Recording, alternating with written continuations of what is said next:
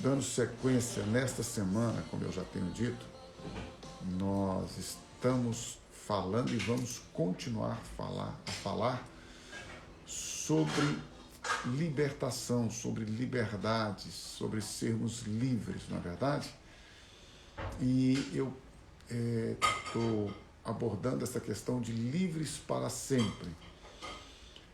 Por que livres para sempre? Qual que é a ideia e o contexto? Eu falei ontem a respeito disso. É que você e eu, inicialmente, já como base, devemos entender que nós escolhemos, decidimos. É uma decisão do nosso livre-arbítrio. Eu acho que já tem ficado bem claro aqui para nós a questão da soberania de Deus e do livre-arbítrio. O que diz respeito à soberania de Deus? A tudo aquilo que Ele já fez, já planejou, já estabeleceu e que para Ele é um quadro já pronto e para você e para mim um filme que está se desenvolvendo. Nós, você e eu, intelectualmente, humanamente falando, nunca conseguiremos entender. As pessoas tentam explicar, dar uma série de explicações, e é interessante, mas nós nunca vamos entender a soberania de Deus na sua plenitude, porque nós não temos a mente capaz de conceber isto. O apóstolo Paulo, que é um homem que foi ao terceiro céu, que ouviu e viu coisas que não se podem falar sobre elas, de tão sublimes que são. Um homem que experimentou algo tão sobrenatural, fora da natureza humana, fora do normal, fora do natural, que ele não sabe se ele foi elevado aos céus no corpo ou fora do corpo. Mas ele foi e experimentou coisas tremendas, maravilhosas. Nem ele, cito ele por causa da experiência dele, conseguiu entender a soberania de Deus no que diz respeito à salvação, na revelação ou no mix entre judeus e gentios. Nem ele conseguiu, começou a tentar explicar, mas não conseguiu, não consegue. Por quê? Porque a soberania de Deus, ela não é para ser entendida. Claro que aquilo que nos é revelado, glória a Deus por isso. Mas intelectualmente, você e eu não conseguimos entender a soberania. Nós cremos na soberania de Deus. Agora, olha que interessante. Já o livre-arbítrio, já a liberdade de escolha, Deus nos dá clareza plena, explícita, cristalina, ampla, absoluta. O livre-arbítrio, a liberdade de escolha, nos é dada de forma ampla, clara. Exemplo. Soberania de Deus. Como é que você e eu vamos entender? Exemplo. O que Deus preparou para a eternidade? É impossível. Você pode degustar dentro daquilo que a palavra diz, dentro daquilo que Jesus diz. Vou preparar-vos lugar, novos céus, nova terra. Ótimo, maravilhoso, mas não vai passar disso aí. Agora vamos ao exemplo do livre-arbítrio, da liberdade. Deus nos mostra claramente que cada ação e reação nossa provém da nossa decisão, da nossa vontade, do nosso desejo. Olha, gente, isso é muito claro. Ora, vamos lá. Você está me assistindo agora. Por quê? Porque você quer. Por que a Aninha levantou às 3 horas da manhã, né? Que seja isto para nós motivo de desafio e ao mesmo tempo de louvor e gratidão quando a gente pensar em reclamar um pouquinho, né, do horário e de meditar na palavra, porque tem gente que fala comigo, eu não tenho tempo, meu dia é corrido, meu dia é apertado, meu dia falta horas. Meu irmão, não faltam horas no seu dia, falta organização no seu dia. Se você se organizar, você vai ter tempo. tempo é algo que você e eu devemos trabalhar, né? Isso compete a nós, livre-arbítrio. E então você tem a liberdade de levantar-se, de estar aqui, de ouvir, de participar. É uma liberdade que Deus te dá. Livre-arbítrio, a decisão nossa. Dentro deste livre-arbítrio, nós temos agora a nossa escolha, a nossa decisão, a nossa opção de querer crer ou não na palavra de Deus. Aí você fala assim, mas querer crer é querer crer. Soberanamente, vou fazer um mix aqui para você. Soberanamente, Deus enviou o seu Filho a este mundo, não é escolha nossa. Isso não compete ao nosso livre-arbítrio. Não compete a mim ou a você dizer, Senhor, envia, não envia. Eu quero que tu envies, eu não quero que tu envies. Não. Olha a soberania de Deus aí. Soberania de Deus. Deus enviou o seu Filho ao mundo. Deus amou o mundo de tal maneira que deu o seu Filho. Soberania de Deus. Deus amou o mundo quando ainda éramos pecadores, a prova maior deste seu amor, e enviou o seu Filho. Soberania de Deus. Agora olha a parte do livre-arbítrio. Deus enviou o seu Filho ao mundo para que todo que nele crer não pereça, mas tenha vida eterna. Quem crer será salvo. Olha aí o livre-arbítrio. Agora é você, agora sou eu. A parte, entre aspas, de Deus, eu não prefiro muito usar estas expressões, mas vamos colocar assim nesta manhã, a parte soberana de Deus não inclui a minha vontade ou decisão. A soberania de Deus não pergunta a você e a mim o que nós queremos. Porém, depois que Deus envia a sua salvação por meio de Jesus de forma soberana, Ele pergunta, o que queres que eu te faça? Queres ser curado? Presta atenção agora nesta palavra bíblica. Vinde a mim, vós que estáis cansados e oprimidos. Vinde a mim. Vinde. De quem é a decisão de ir? Sua, minha, livre-arbítrio.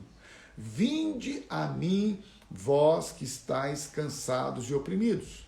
Tem gente que quer ficar livre, olha só, mas não quer ir a Cristo e entregar a sua vida a Ele de maneira plena, abrir mão da sua própria vida, da sua própria existência, do seu próprio ser. Tem gente que quer ir a Cristo para receber as bênçãos de Deus, as bênçãos de Jesus, mas não quer entregar a sua vida a Ele para que Ele se torne o Salvador e o Senhor.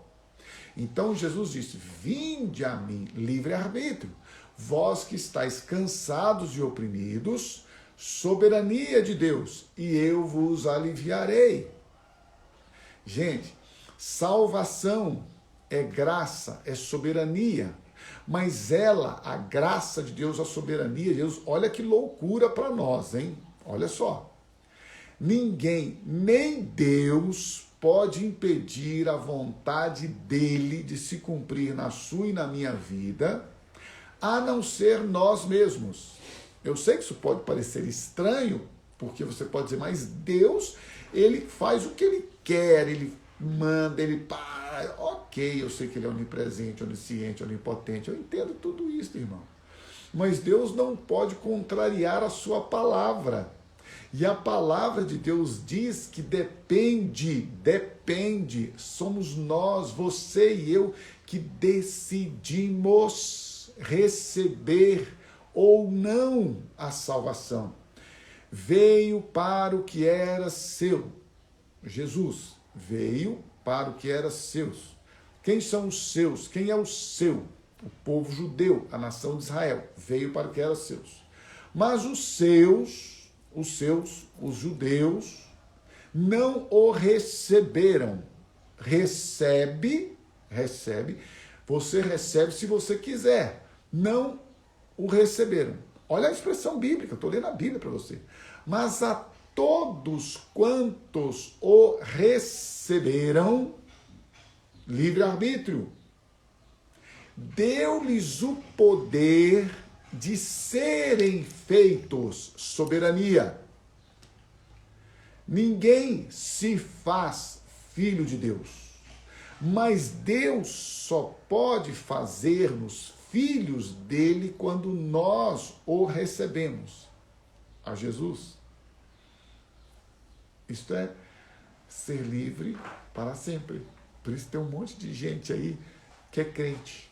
Já viu esse pessoal crente? Ah, eu sou crente, o que você fez? Você tem Jesus, mas a sua vida é sua, você que manda, você é o Senhor dela, você é o soberano dela, então você não tem um senhorio sobre a sua vida. Jesus não é Senhor sobre a sua vida, é você que é Senhor.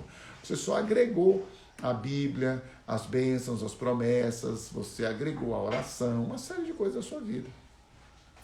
Vida de liberdade tem que estar conectada com a palavra de Deus, na revelação de que Jesus é a palavra.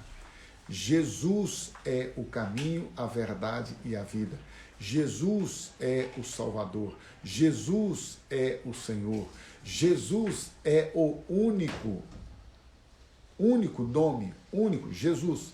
Somente este nome, Jesus, tem poder para salvar. Não há outro nome debaixo dos céus pelo qual você e eu devamos ser salvos. Então, gente, quando a gente percebe essas coisas, vai ficando menos complicado. Porque aí você sabe que, da sua parte, você e eu, para experimentarmos a libertação verdadeira, é necessário que tenhamos nós a decisão. Gente, olha só, o pecado jaz à porta. O pecado que tão de perto nos rodeia. Quando alguém está em Cristo, nova criatura é. As coisas velhas ficaram para trás e tudo se fez novo. O novo de Deus nos liberta do pecado, da natureza carnal, pecaminosa, você já sabe de tudo isso. Se não sabe, ouça e assista às lives anteriores. Mas Jesus nos liberta do pecado, porque Ele é o Cordeiro de Deus que tira o pecado do mundo, Ele é o Cordeiro de Deus que nos dá a salvação dos nossos pecados. Esta é a promessa, a profecia que o anjo trouxe a José. Esta é a profecia que o Espírito Santo colocou na boca de João. Então, tudo isso é só para você e eu entendermos que, soberanamente, Deus já fez tudo. Deus já te escolheu, Deus já te predestinou, Deus já estabeleceu um propósito na sua vida, que está lá em Romanos, capítulo 8, versículo 28, de fazer-nos semelhantes a Jesus. Esse negócio do cara que é crente, mas não larga os maus hábitos, mas não larga as atitudes do velho homem. Você não é crente nada, não. Você é um religioso.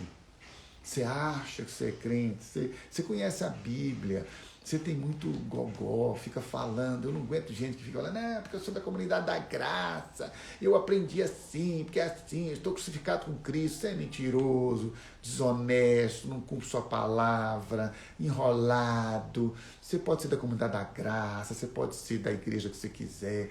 Se você não nascer de novo, não tiver uma nova vida, um novo coração, um novo espírito, se você não tiver integridade de coração, integridade não por aquilo que as pessoas veem, mas integridade por aquilo que Deus vê, porque os homens podem ver nossas ações, podem ouvir nossas palavras, mas Deus vê nossas intenções e motivações.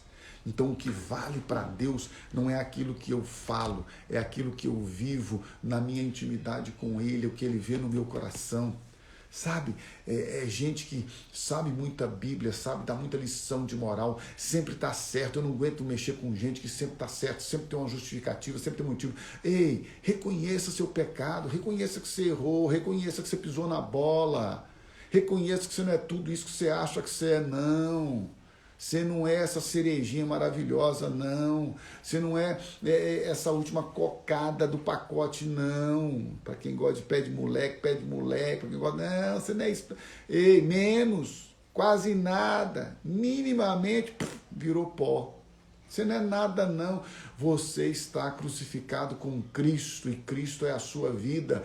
E este é o motivo de você e eu não cairmos, não vivermos no pecado. Este é o motivo de nós sermos sustentados, porque Ele, na sua graça, misericórdia, bondade, através do seu poder e da sua glória, Ele nos sustenta em todo o tempo. É o Senhor que soberanamente nos sustenta. É o Senhor que, pelo seu poder, pela sua graça, nos mantém de pé.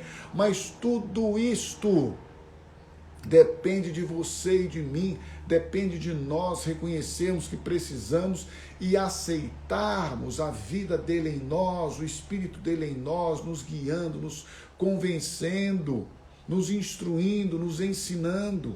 Aí a pessoa vem dizer para mim que não, ela é crente, mas é isso mesmo, é um tropeça aqui, cai acolá. Que tropeça aqui, cai acolá o quê, meu irmão? É vida de santidade e justiça perante Ele todos os nossos dias. É crescer de fé em fé, de glória em glória, de graça em graça. É ser mais do que vencedor em todas as coisas. É triunfar, é vencer, é ser vitorioso sobre o pecado. É não ser mais escravo do pecado, não ser mais escravo do diabo, não ser mais escravo do medo, não viver mais na insegurança do amanhã, porque basta a cada dia o seu mal, diz a palavra de Deus. Então você e eu precisamos nos preocupar com hoje. Hoje você já fez um renovo com a sua vida, você já renovou a sua vida de santidade, de pureza, de altar, de entrega, de devoção, de consagração a Deus.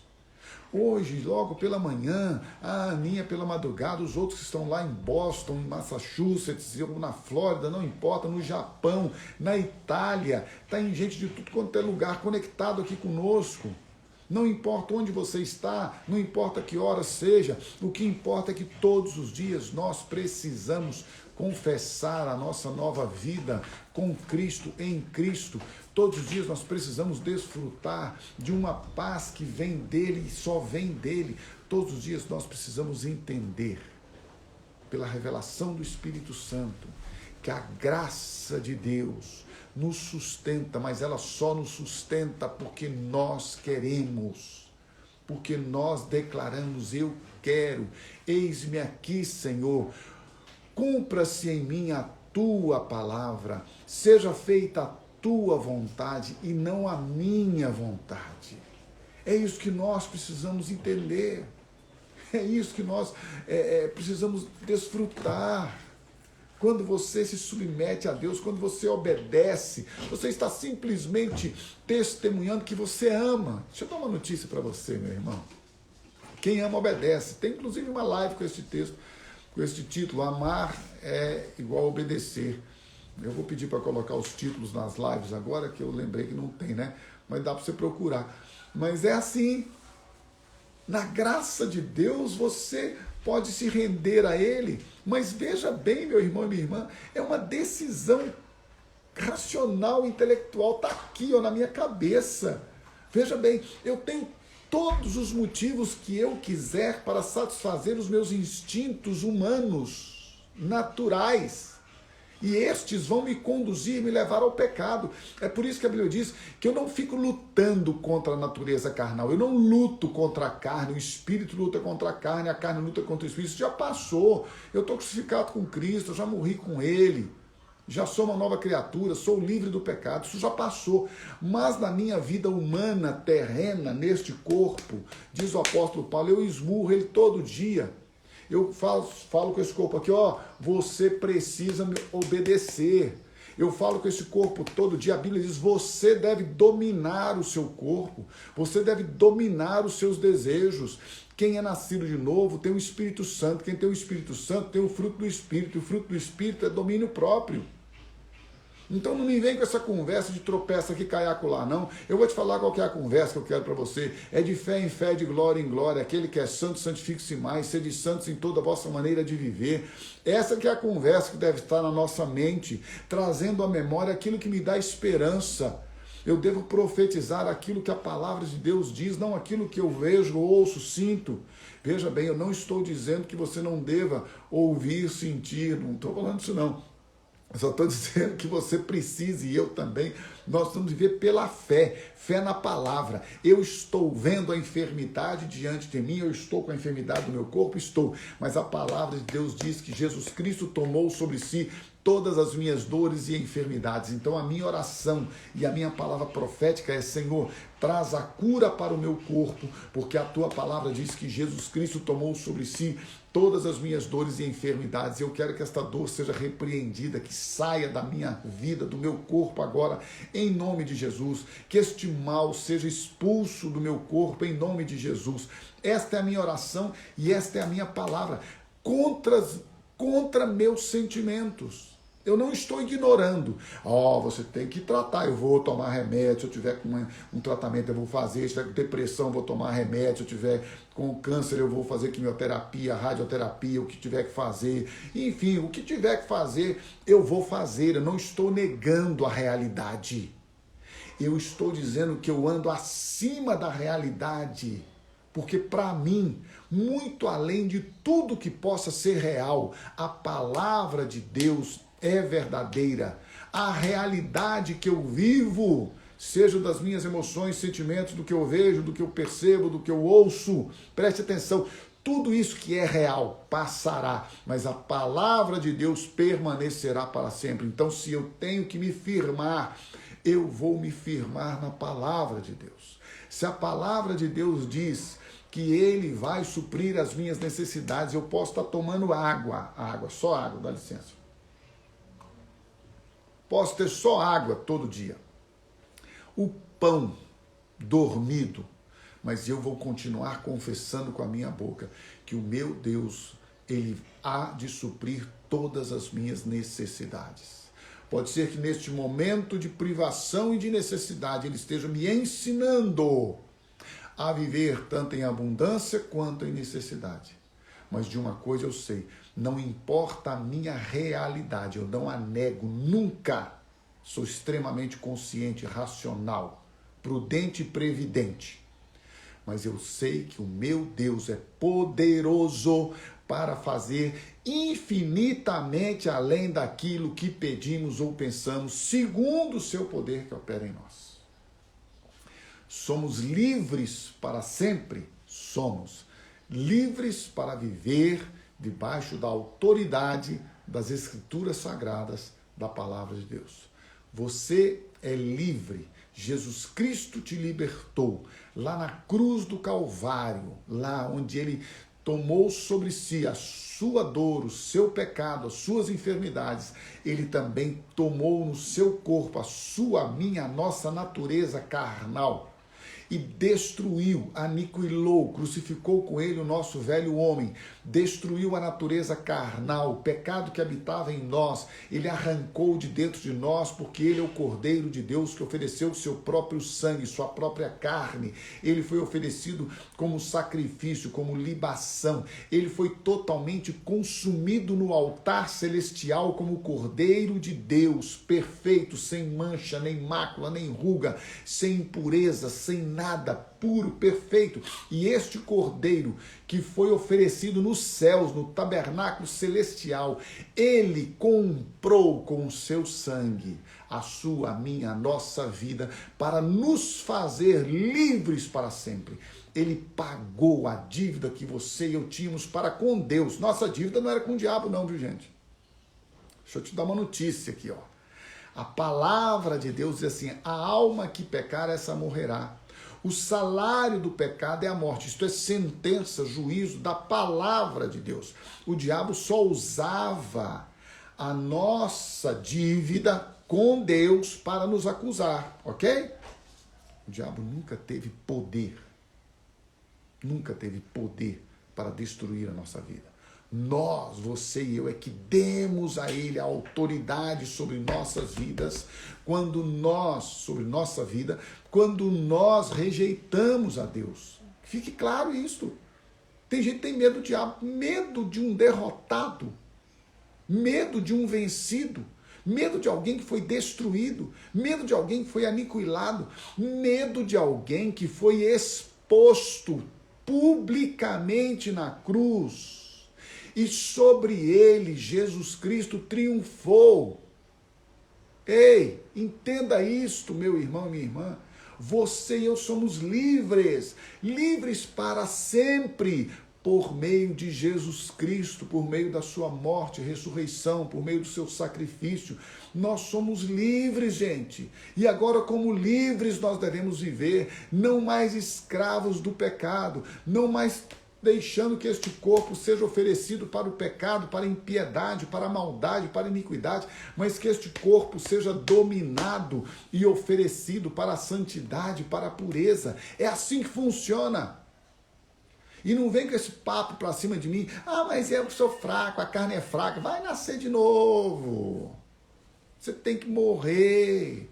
Morre, infeliz, que você vai ser feliz. Em vez de você ficar buscando felicidade no mundo, nas drogas, no álcool, no trabalho, na riqueza, buscando felicidade em comprar, em ter coisas. Tem gente que fica assim, se não comprar, se não adquirir, ele fica angustiado. Para com isso, rapaz, vai olhar a natureza.